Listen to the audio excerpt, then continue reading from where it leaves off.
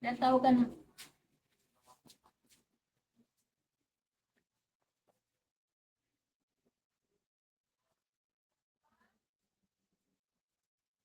Aray!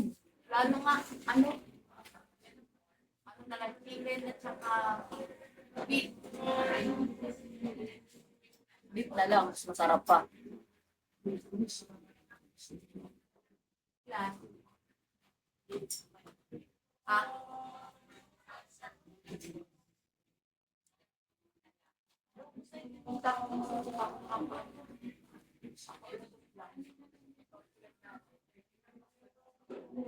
Ah, dito pa. Meron chicken tsaka medium. Dapat pala malaki yung shoko binili ko eh. Para isang kainan ko lang, hindi ko gusto.